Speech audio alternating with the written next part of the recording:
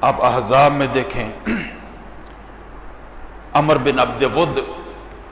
جو مشہور جنگجو تھا،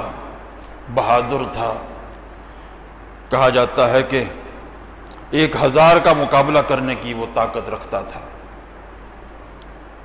حضرت جناب حیدر کرار رضی اللہ تعالی عنہ نے احزاب کے موقع پر اسے واصل جہنم کیا،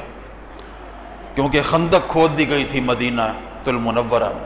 تو اس نے ایک جگہ پر دیکھا کہ چوڑائی جو ہے وہ کم ہے، تو اس نے اس جگہ کا فائدہ اٹھاتے ہوئے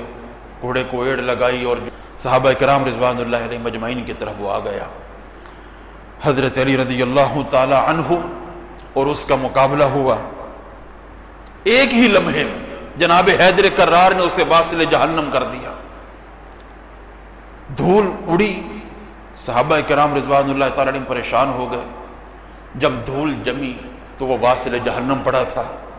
سرور عالم صلی اللہ تعالی علیہ وآلہ وسلم نے تکبیر کی آواز سنی،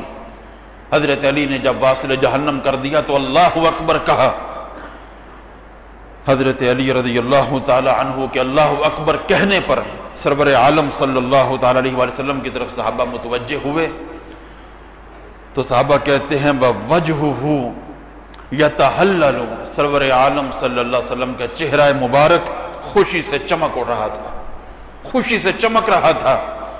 کہ ایک ایک مجاہد اسلام کا ایسا آپ نے تیار کیا تھا جو ہزاروں کا مقابلہ کرنے والے کو ایک ہی لمحے میں واصل جہنم کر رہا۔